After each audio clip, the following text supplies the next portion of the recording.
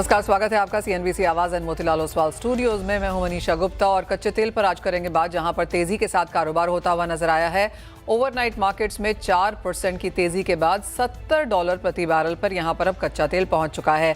जिस तरह की स्टेटमेंट्स यहां पर यूएस, ईरान और रशिया यूक्रेन की बातचीत से निकल के आई हैं, उन सभी ने यहां पर एक जियोपॉलिटिकल प्रीमियम भावों में ऐड किया है। साथ ही बात करेंगे यहाँ पर चांदी की। कुछ सेफ हेवन बाइंग यहाँ पर भी देखने को मिली है।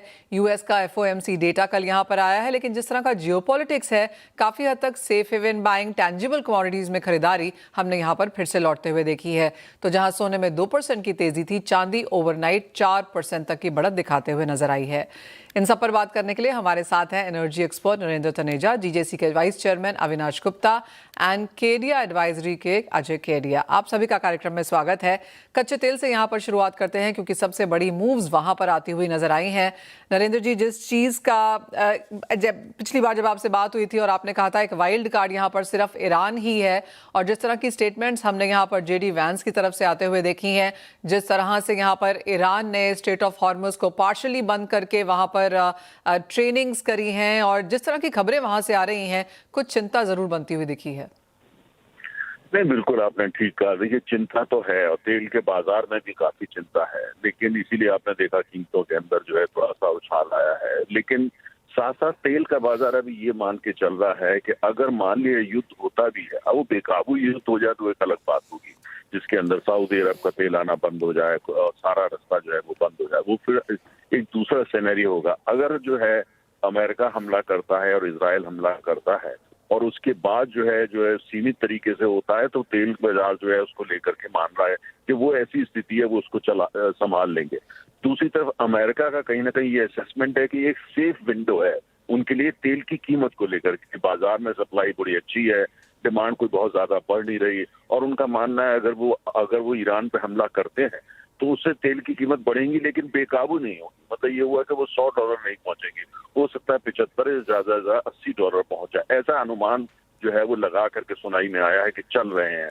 लेकिन अभी ये जो सब बात हो रही है कि ओमान ब्रोकर कर रहा है और शांति वार्ता हो जाएगी, आणविक विषय को लेकर कोई संधि हो जाएगी, मुझे बहुत ज्यादा इसमें ज्यादा क्रेडिबिलिटी नजर नहीं आती। मुझे लगता है कहीं ना कहीं अमेरिका का जो इरादा है, जिसमें इजराइल तो साथ में शामिल है ही है, वो ये है कि वहां पे जो है सत्ता परिवर्तन करा जाए। और उनको लगता है कि अगर जो है वो कुछ हमला करते हैं और उसके बाद वहां की जनता जो है वो सड़क पे आ जाती है और वहां सत्ता परिवर्तन हो जाता है, और उसके बाद तो फिर सब कुछ बदल जाएगा, क्योंकि ईरान के पास भारी तेल के भंडार हैं, भारी गैस के भंडार हैं, और अगर जो है वो कुल मिलाकर के वेस्ट के साथ अलाइंड हो जाते हैं तो जाहिर है जो पश्चिम की अर्थव्यवस्था उसके लिए बहुत बड़ी खबर होगी। लेकिन आज की स्थिति ये कि पूरा बाजार में थोड़ा बाजार है जी, लेकिन दूसरी तरफ बहुत ज्यादा तनाव में नहीं। और दूसरी तरफ ये कि अमेरिका और इजराइल जो है कहीं ना कहीं हर घंटे जो रिव्यू कर रहे हैं, अब उनको तेल के हिसाब से तो सेफ विंडो दिख रही है। उनको नहीं लगता कि तेल जो है वो बेकाबू हो जाएगा या थ्रो द रूफ प्राइस है, उनको नहीं लगता। उनका मानना है ज्यादा ज्यादा $80। लेकिन मेरा अपना मानना है कि ये असेसमेंट हो सकता है कितना एक्यूरेट ना हो, क्योंकि अगर ईरान ने बिल्कुल स्पष्ट कर दिया वो जवाबी हमला करेगा, स्ट्रेट और हॉर्मुज को बंद थोड़ा सा करके उसने कोई बताया है कि वो 21 हद तक जाने को तैयार है। और स्ट्रेट एंड हॉर्मुज को बंद करना पूरी तरह मुश्किल तो इतना आसान नहीं होगा ईरान के लिए, लेकिन दूसरी तरफ उसको माइन अगर कर दिया जाता तो तेल के आवागमन में उसमें दिक्कत तो आने वाली है। लेकिन आज की स्थिति ये कि ये पीस टॉक, न्यूक्लियर टॉक में उसको बहुत ज्यादा कोई ध्यान नहीं दे रहा। मेरा मानना है कुछ मिलाकर के सत्ता परिवर्तन की बातचीत है। अब असेसमेंट ये कि वो उसके लिए स्थिति अनुकूल है जमीन पे ईरान में या नहीं, पहली बात ये। और दूसरी बात ये कि ये जो मिलिट्री का दबाव बनाया जा रहा है, क्या ईरान इसी से जो है बकल कर जाएगा और वहां की जनता सड़क पे आ जाएगी? इस समय अभी सारे सिनेरियोज हैं, एक्यूरेटली या तो सही तरीके से कहना कुछ भी मुश्किल। राइट। एक और चीज जो बाजार यहाँ पर देख रहा है, जैसे आपने कहा ईरान के आसपास क्या मूवमेंट है, वो उसका तो जायजा ले ही रहा है। यूएस के मिड टर्म इलेक्शंस हैं इस साल। आपको लगता है कच्चा तेल यूएस प्रेसिडेंट चाहेंगे, डिस्पाइट एवरीथिंग जो वो यहाँ पर कह रहे हैं, कि प्राइसेस यहाँ पर 80 के आसपास जाएं? नहीं, बहुत अच्छा मनीषा प्रश्न किया। देखिए, दो यहाँ पे बात निकल के आती है। अगर ईरान में सत्ता परिवर्तन हो जाता है और ईरान का तेल भी बाजार में आता है, या जो ग्लोबल सप्लाई सिस्टम है उसके अंदर आ जाता है, सैंक्शंस खत्म हो जाती हैं, तब तो फिर तेल जो है वो $55 पर बैरल हो जाएगा सस्टेन बेसिस पे। क्योंकि बहुत फिर तो काफी तेल में सप्लाई में बढ़ोतरी हो जाएगी और वो सिनेरियो तो उनके फेवर में जाएगा। लेकिन अगर ईरान में ये हमला करते हैं और स्थिति बेकाबू हो जाती है, तो तेल अगर जो 80 भी पहुंच जाता है तो उनके लिए बड़ी प्रतिकूल खबर होगी, अच्छी खबर नहीं होगी। अमेरिका में चुनाव है, अमेरिकी उपभोक्ता को सस्ता तेल चाहिए, महंगा तेल नहीं चाहिए। दूसरी तरफ ट्रंप साहब ने हमेशा पीस की बात करी है, अगर वो ईरान पर हमला करते हैं तो वहां पे कहीं ना कहीं ये तो लोग प्रश्न उठाएंगे। आप तो शांति की बात हमेशा करते थे, आपने पीस ऑफ बोर्ड और बोर्ड ऑफ पीस क्या क्या बना रखा है, लेकिन आप कर क्या रहे हैं? तो इतना आसान नहीं, और यही कारण है कि सारा कुछ विलंब हो रहा है। और वो ट्रंप साहब जो है वो हमला नहीं करना चाहते, लेकिन दूसरी तरफ उनके ऊपर दबाव है कि हमला करिए, उससे कुल मिलाकर के तेल की कीमतें और इजराइल के हित और उनके जो सामरिक हित हैं उसको फायदा होगा। लेकिन मेरा व्यक्तिगत मानना है कि उनमें खुद में इतना साहस अभी तो नहीं है। लेकिन आपको भी पता है कि खाली अमेरिका जो है खाली राष्ट्रपति नहीं चलाते हैं, अमेरिका में बहुत सारे और दबाव के बिंदु होते हैं, इजराइल का दबाव अलग है। इसीलिए ज्यादातर जो लोग मान के चले कुछ ना कुछ तो होगा, ऐसा तेल बाजार मान के चल रहा है। एक फाइनल सवाल नरेंद्र जी, तो आपको लगता है अगर कुछ होता भी है और वो एक कंट्रोल्ड स्ट्राइक के तौर पर यहाँ पर होता है और उसके बाद कोई इसको ब्रोकर भी कर देता है एज अ डील, हम एक सरप्लस वाली स्थिति यहाँ पर देख ही रहे हैं। ओपेक ने कहा अप्रैल में जाके प्रोडक्शन फिर बढ़ाएंगे, तो आपको लगता है जो भी होगा एक नीजर्क रिएक्शन होगा, बहुत लंबा नहीं होगा और शायद कंट्रोल्ड होगा?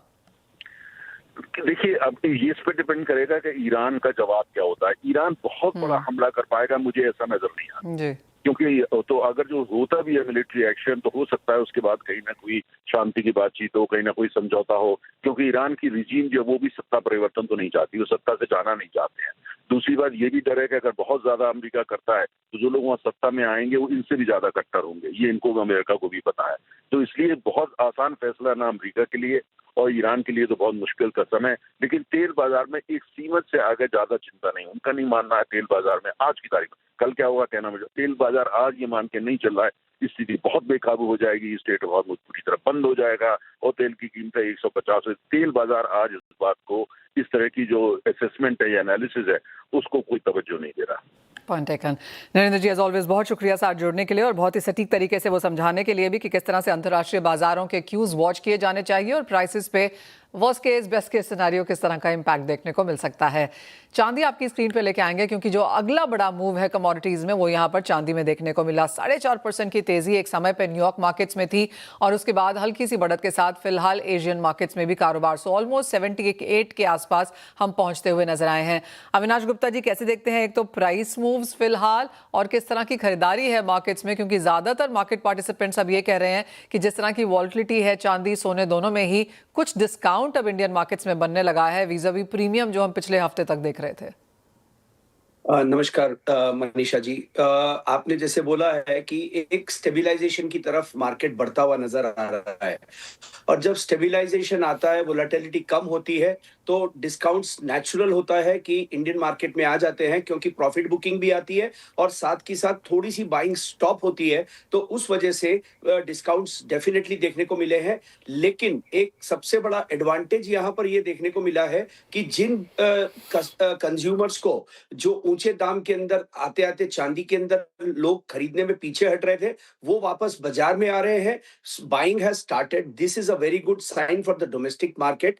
ये बहुत अच्छी चीज हुई है। तो मुझे लगता है कि अभी स्टेबलाइजेशन की तरफ बाजार बढ़ रहा है और ये स्टेबलाइजेशन बाजार के लिए बहुत ज्यादा रिक्वायर्ड था। और वोलेटिलिटी तो जैसे चांदी की एक खास बात है, 5% की volatility is like 1% in other commodities. तो मुझे लगता है कि ये 5% की वोलेटिलिटी को तो हमको ध्यान में रखते हुए ही चलना पड़ेगा कि ये 5% ऊपर नीचे कभी भी हो सकता है। लेकिन मुझे ये लग रहा है कि अब हम स्टेबलाइजेशन की तरफ बढ़ रहे हैं। $80 के आसपास का स्टेबलाइजेशन मुझे लगता है। उस हिसाब से कंज्यूमर बाई कर रहा है और मुझे लगता है कि हर डिप के ऊपर कंज्यूमर बाई करेगा मनीषा जी।